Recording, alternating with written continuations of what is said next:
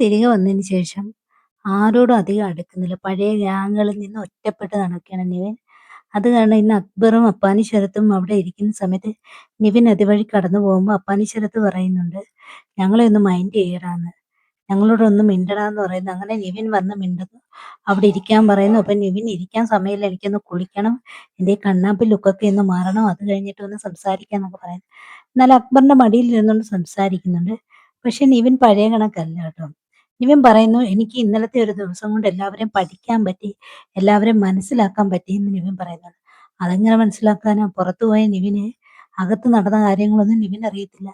ആ നിവിൻ തിരിച്ചു വന്നതിന് ശേഷം പെരുമാറുന്നത് പുറത്തുനിന്ന് എന്തൊക്കെയോ മനസ്സിലാക്കി, അല്ലെങ്കിൽ പുറത്ത് എന്താ കാര്യങ്ങളെന്നുള്ള അറിഞ്ഞുകൊണ്ടാ വന്നിരിക്കുന്നതെന്നുള്ളത് ആ പെരുമാറ്റത്തിൽ നിന്നും സംസാര രീതിയിൽ നിന്നും നല്ലതുപോലെ മനസ്സിലാവുന്നു. തികച്ചും വ്യത്യസ്തനായിട്ടാണ് ഇപ്പം നിവിൻ നടക്കുന്നത്. ഒനിയലിന്റെ കൂടെ, ശൈത്യയുടെ കൂടെ, ജിസേലിനെ റെന ഫാത്തിമ ഒഴിവാക്കി നടക്കുന്നു.